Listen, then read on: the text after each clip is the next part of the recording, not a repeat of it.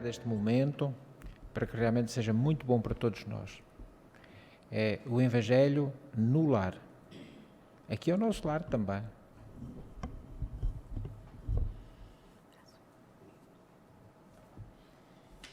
Então, nesta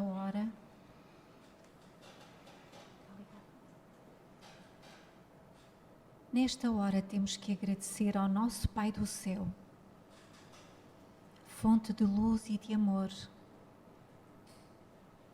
pela oportunidade de estarmos aqui, nesta casa abençoada, neste lar, em que nós nos reencontramos novamente encarnados neste planeta, nesta vida.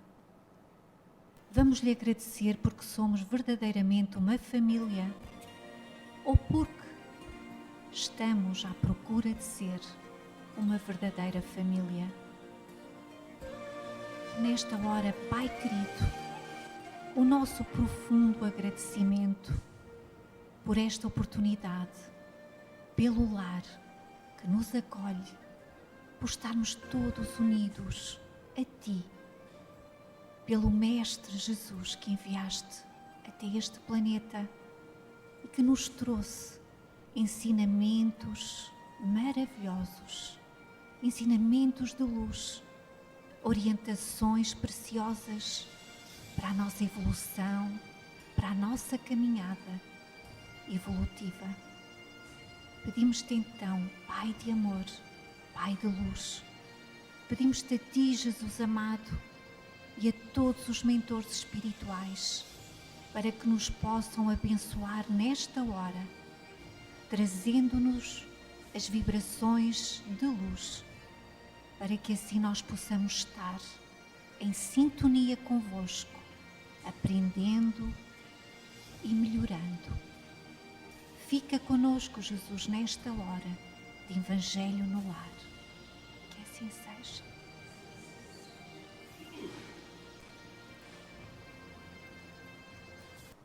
Então, dando continuidade à leitura do Evangelho, vamos para mundos de expiações e de provas.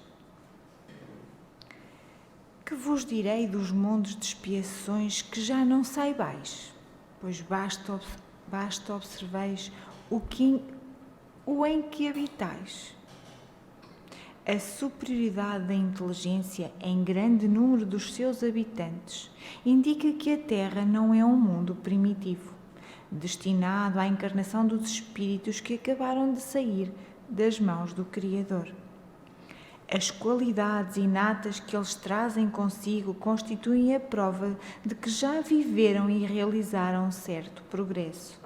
Mas também os numerosos vícios a que se mostram propensos constituem o índice de grande imperfeição moral. Por isso os colocou Deus num mundo ingrato, para expiarem aí suas faltas, mediante penoso trabalho e misérias da vida, até que hajam merecido ascender a um planeta mais ditoso. Entretanto, nem todos os espíritos que encarnam na Terra vão para aí em expiação. As raças a que chamais selvagens são formadas de espíritos que apenas saíram da infância e que na Terra se acham, por assim dizer, em curso de educação, para se desenvolverem pelo contacto com espíritos mais adiantados. Vêm depois as raças semicivilizadas, constituídas desses mesmos espíritos em via de progresso. São elas, de certo modo, raças indígenas da Terra, que aí se elevaram pouco a pouco em longos períodos seculares, algumas das quais hão podido chegar ao aperfeiçoamento intelectual dos povos mais esclarecidos. Os espíritos em expiação, se nos podemos exprimir dessa forma, são exóticos na Terra. Já viveram noutros mundos, de onde foram excluídos em consequência da sua obstinação no mal e por se haverem constituído em tais mundos causa de perturbação para os bons. Tiveram de ser degradados por algum tempo para o meio de espíritos mais atrasados, com a missão de fazer que estes últimos avançassem, pois que levam consigo inteligências desenvolvidas e o gérmen dos conhecimentos que adquiriram. Daí vem que os espíritos em punição se encontram no seio das raças mais inteligentes. Por isso mesmo, para raças é que de mais amargor se revestem os infortúnios da vida. É que há nelas mais sensibilidade, sendo, portanto, mais provadas pelas contrariedades e desgostos do que as raças primitivas, cujo senso moral se acha mais embutado. A Terra, conseguintemente, oferece um dos tipos de mundos expiatórios, cuja variedade é infinita, mas revelando todos, como caráter comum, o servirem de lugar de exílio para espíritos rebeldes à lei de Deus. Esses espíritos têm aí de lutar, ao mesmo tempo com a perversidade dos homens e com a inclemência da natureza. Duplo e árduo trabalho que simultaneamente desenvolve as qualidades do coração e as da inteligência. É assim que Deus, em sua bondade, faz que o próprio castigo redunde em proveito do progresso do espírito. Santo Agostinho, Paris, 1862.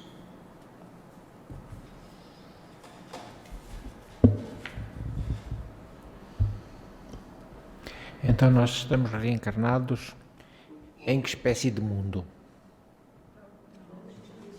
Provas e expiações. Será que haverá diferença entre provas e expiações? Quando nós estamos sendo provados ou quando nós estamos expiando, haverá diferença?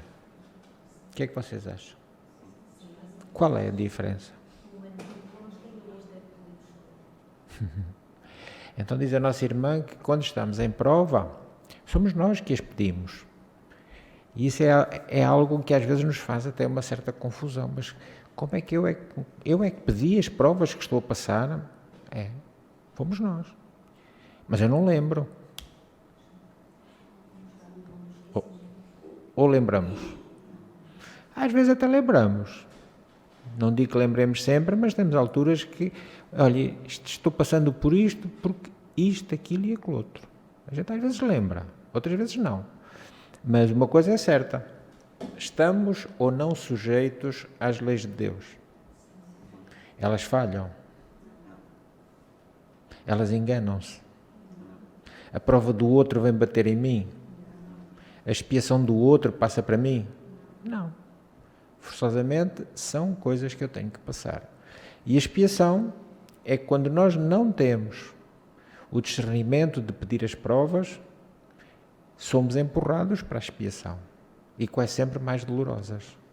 Elas são mais dolorosas, precisamente porque na prova nós já temos a capacidade de pedir o que já sabemos que é o melhor para nós, na expiação ainda não. Então há mais sofrimento. E o curioso é que quase todos os espíritos que estão em expiação são espíritos que deviam estar muito mais adiantados do que os que estão em provas. Porque, como diz a leitura do Santo Agostinho, muitas vezes são espíritos exóticos. Já nem sequer são espíritos que deveriam estar na Terra. Deveriam estar muito mais adiantados. Mas vêm para a Terra porque são retirados dos outros mundos porque eles não merecem ficar neles. Será que isto não irá acontecer à Terra? Ou não está acontecendo à Terra? Está. Porque nós não podemos, em nenhuma circunstância, atrasar a evolução do mundo em que nós estamos reencarnados. Não podemos. É uma lei de Deus, a lei do progresso. E ela não para. Em nenhuma circunstância, ela está sempre avançando. E aqueles que atrapalhamos, somos retirados. há pelo menos 2 movimentos de degradados, de espíritos degradados, que estão bem documentados na nossa doutrina. Os exilados de Sírios e os exilados de Capela. 2 mundos muito mais evoluídos do que a própria Terra. Como estavam atrapalhando a harmonização desses mundos, foram retirados. Os de Sírios vieram exilados para Capela, os da Capela vieram exilados para a Terra. E também diz Santo Agostinho na leitura que nós ouvimos que nada se perde.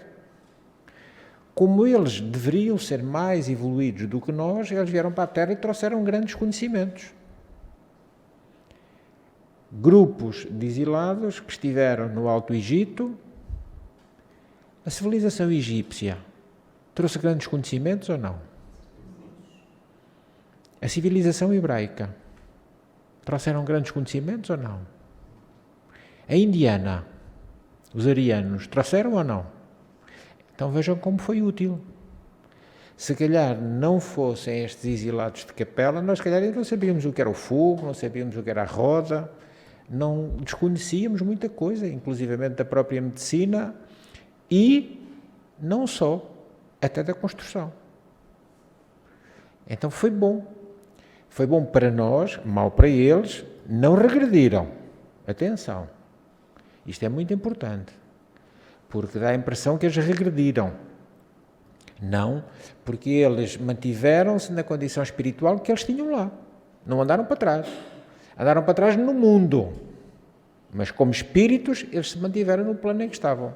Como eventualmente, suponhamos agora, eu sou retirado da Terra, porque estou a atrapalhar o progresso da Terra, eu sou retirado e vou para o outro lado. Eu não regredi. Eu sou o mesmo. O que eu sei aqui é o que eu vou saber lá. O que eu faço aqui é o que eu vou fazer lá. Então, não há regressão para nós os espíritos e isso nos deixa muito felizes. O nosso caminho é para a frente e para cima.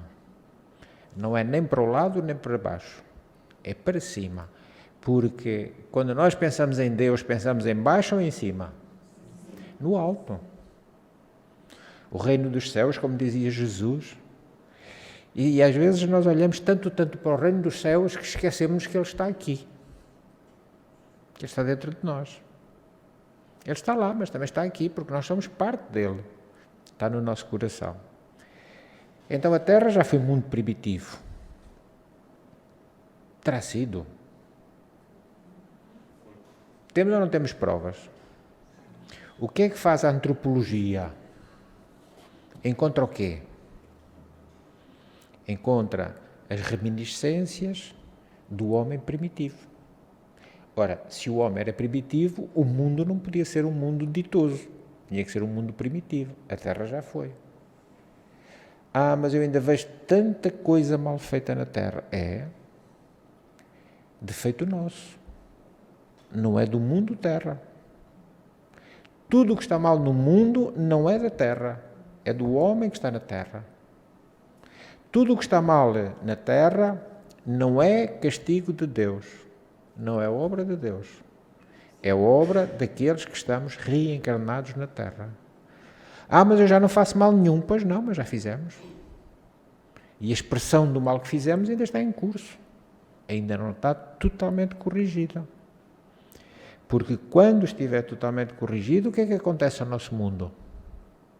Dá um pulo, passa para o mundo da regeneração.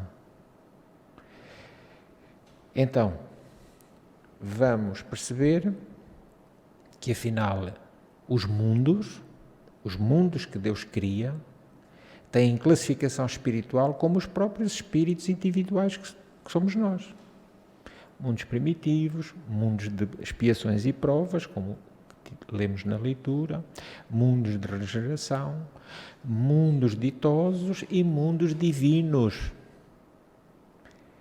Se calhar quando a gente pensa assim nisto, nesta sucessão ou nesta classificação de mundos, a gente percebe logo porque é que às vezes nos custa a perceber Deus. Porque os mundos divinos ainda estão muito longe. Estão muito longe do nosso entendimento. Quando nós evoluirmos para a pureza, nós vamos estar perto de Deus. Como vamos estar perto dele, já estaremos em mundos divinos, vamos perceber então aí o que é a obra de Deus. Agora faz-nos confusão. Ai, Deus está em toda a parte, mas como é que é possível? Ai, Deus tudo pode, mas como é que é possível? Deus é magnânimo, mas como é que é possível? Porque ainda estamos longe dele. Quando subirmos para as proximidades, iremos então entender isso. A variedade das provas, como Santo Agostinho tão bem aqui nos fala, e das expiações, as variedades são ilimitadas. Há provas muito mais dolorosas do que outras, há expiações, também elas, muito mais dolorosas do que outras. Mas isso nós temos a prova, todos os dias, diante dos nossos olhos. Vemos ou não vemos pessoas em sofrimentos totalmente diferentes. Uns sofrendo pouco, outros assim, outros sofrendo muito. Porque é essa variedade. O que é que dita essa diferença?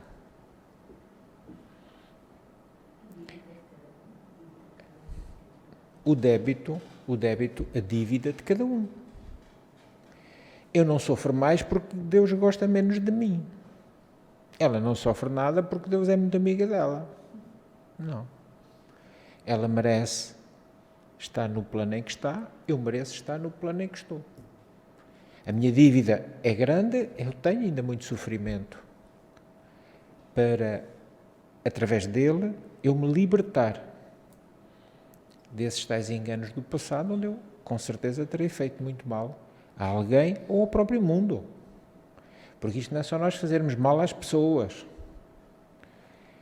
Muitos de nós estamos lesando o mundo que nos acolhe como morada.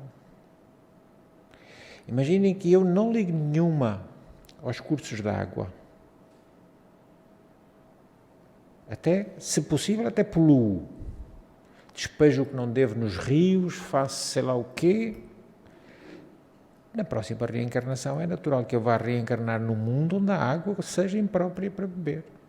E onde eu vá passar muita sede para perceber que não devo estragar a natureza onde quer que eu esteja. Concordam ou não? Isto é justo ou não é? Estraguei, logo não tenho. Claro que estamos a falar num caso em que nós sejamos degradados de um mundo para o outro. Mas às vezes nem é preciso. Eu hoje estou reencarnado num sítio onde a água é muita e eu não ligo. Na próxima reencarnação eu vou reencarnar num sítio da Terra onde a água é pouca ou nenhuma. Porque a percentagem de água potável na Terra é de 3%. 97% da água da Terra não se pode beber. Já pensámos nisto a sério? 97% da água não pode ser bebida. A grande maioria porque é salgada, outra porque é insalubre. Já está contaminada, está estragada. Então os 3% que nos restam, devemos ser cuidadosos com ela, não estragarmos, para que realmente um dia não vamos reencarnar onde ela depois a gente queira e não temos. Há povos que para encherem um balde de água fazem 20 km em cada direção. Para trazerem um balde de água, para cozinharem, porque já nem é para se lavarem. É para cozinharem e para beberem. Então, vamos pedir a Jesus e que através desta comunicação de Santo Agostinho, esse espírito já muito evoluído, um dos primeiros doutores da Igreja, que foi bispo de Hipona, no norte da África, uma cidade que na altura era romana, pertencia ao Império Romano. Então ele mostra-nos que provas e expiações podem ser de grande sofrimento, se nós não fizermos nada para evitar. Então vamos evitar. Como? Fazendo o pior possível, batendo a toda a gente, ralhando a toda a gente. Será? Ao contrário. É isso mesmo. Fazendo o melhor que pudermos. Todos podemos fazer um pouco melhor.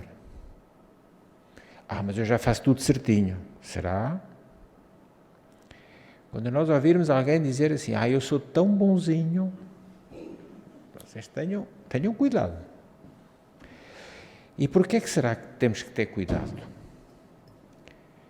Quem é bom não diz, deixa sentir. A gente sente que a pessoa é boa, não precisa dizer. Então, quando nós afirmamos alguma qualidade em demasia, é sintomático que ainda não a temos. Queremos-la. Então falamos, apresentamos-la, mas não está em nós ainda. Quando estiver, a gente não fala. Conta-se que um homem em prece disse assim, meu Deus, ajuda-me a ser humilde. Eu peço-te encarecidamente, ajuda-me a ser humilde. E no dia seguinte, no mesmo período de oração, ele disse, obrigado, meu Deus, já estou perfeito. Quanta humildade. Então, vamos ficar com a lição do nosso querido Agostinho, Santo Agostinho, sabendo uma coisa também dele. Sabem que ele portou-se muito mal até um período já relativamente idoso da sua vida. Mas depois atalhou o caminho, como muitos outros. Francisco de Assis, nosso querido Francisco, teve ali um períodozito que ele se foi portando menos bem. Até quis ir para a guerra e tudo, andar à bordoada com os seus irmãos daquela época, que a Itália estava muito dividida em repúblicas e guerreavam-se muito. Mas viu o dia que ele diz, não senhor, eu não pego mais em armas coisa nenhuma, não quero saber disso para nada. Já nem era a riqueza do meu pai, agora eu quero ser pobre. E nos deu um exemplo que nos faz lembrar em muita coisa o nosso querido Jesus. Caridoso, bondoso e desencarnando com a mesma idade de Jesus, 33 anos. Então vamos dar por encerrado o nosso comentário do Evangelho e darmos atenção a um livro também muito bom do nosso querido Emmanuel, esse espírito contemporâneo do tempo de Jesus. Ele viveu no tempo de Jesus. Emmanuel conheceu Jesus. E se calhar nós também. Nós não sabemos. Mas sabemos que Emmanuel foi um grande senador romano, muito orgulhoso, muito poderoso. Era o representante do Império Romano na Palestina. Muito, mas muito superior a Pilatos. Não tinha comparação nenhuma. E orgulhoso. E muito orgulhoso. Mas dobrou. Através do quê? Como é que ele sofreu? Imaginem um senador romano, um alto representante do Império, 50 anos depois de ter desencarnado, renasce como escravo, negro, Nestório. E aí é que ele vem a ser um grande homem. Não como o poderoso senador, mas como um escravo. Veio provar. E conseguiu vencer a prova.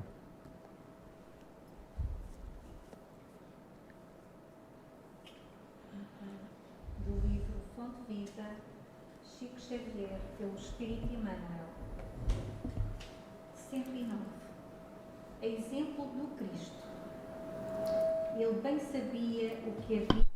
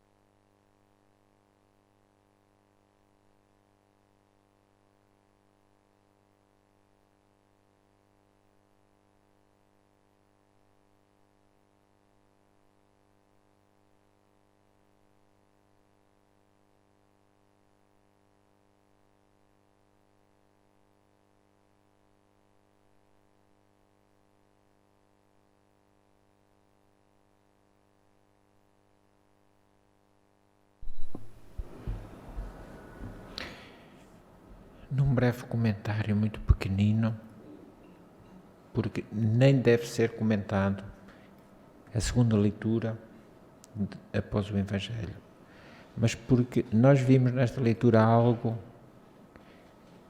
para o qual nós devemos dar a nossa atenção. Fala ou não aqui em Madalena? O que é que ele diz, o Emmanuel? Que Madalena tinha o quê? Madalena era obsidiada. E nós quisemos falar em Madalena porquê? Porque nós somos muito ingratos para ela. Há muito a ideia de que Madalena era uma prostituta, que era uma rameira, o que é mentira. Não há nenhum ponto do Evangelho em que isso seja referido. Nem no Evangelho segundo o Espiritismo, nem no Evangelho comum. Nos 4 Evangelhos, não há. A única afirmação é de que ela estava possuída por 7 espíritos e que Jesus curou. Então, não sejamos ingratos para ela, tendo esse pensamento, muitas vezes até conotando-a com a mulher adúltera, o que não é verdade. E tanto não é verdade que ela, ao ser curada por Jesus, depois foi uma seguidora verdadeira, uma verdadeira cristã, acompanhando Jesus na pregação e sendo uma grande mulher. Nós estivemos na cidade de Palmelo, no Brasil, que é a única cidade espírita do mundo, porque toda a gente naquela cidade é espírita. E a protetora da comunidade espírita de Palmelo é Maria Madalena. E é um trabalho muito bonito. Eles têm um lar de crianças, têm um hospício espírita, que eles nem chamam hospício, eles chamam carinhosamente de lar. E é ela que orienta todo aquele trabalho gratificante, lindo e caridoso. E outra coisa que Emmanuel nos aponta logo no título da sua escrita, o exemplo de Jesus. Ele veio complementar o Evangelho, porque o Evangelho é a narrativa dos exemplos de Jesus. Jesus falou pouco, não escreveu nada e mostrou muito, ou exemplificou muito. É sempre assim os grandes homens. Falam pouco, mas fazem muito. Então, só esta pequenina reflexão. Façamos agora a prece, completando este círculo, que deve ser o círculo da fraternidade, dizendo o Senhor Jesus, que este momento seja abençoado como tantos outros que Tu tens providenciado para nós.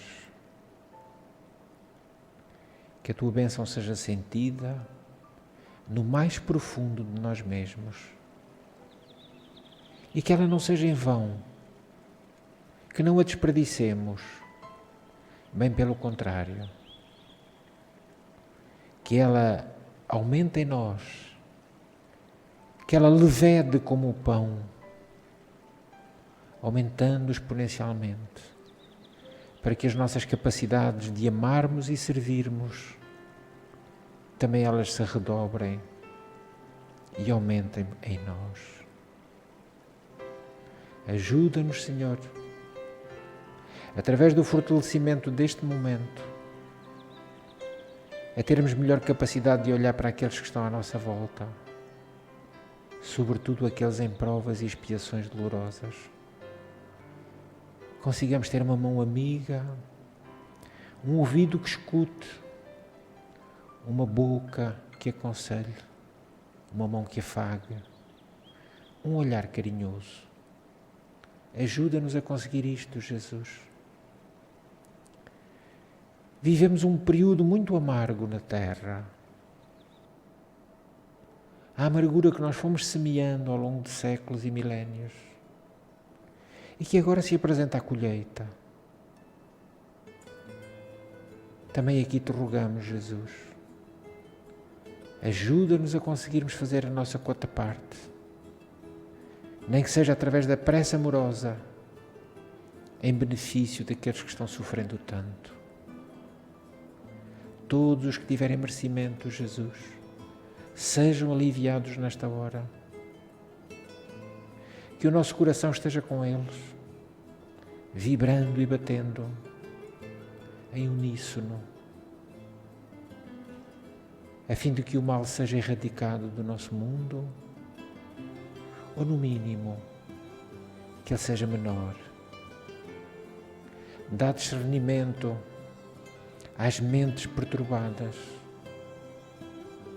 aos nossos irmãos que ainda se comprazem no ódio, na guerra, àqueles que ainda se alegram com a morte. Toca-lhes o coração, Jesus.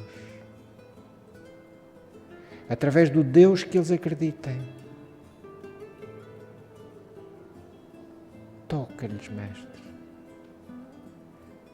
a fim de que possam ter uma visão diferente do mundo, que poderia ser um mundo de beleza, porque estamos reencarnados num pedacinho do universo, em que Deus aqui tudo colocou, que nos faça falta e em quantidade suficiente para todos.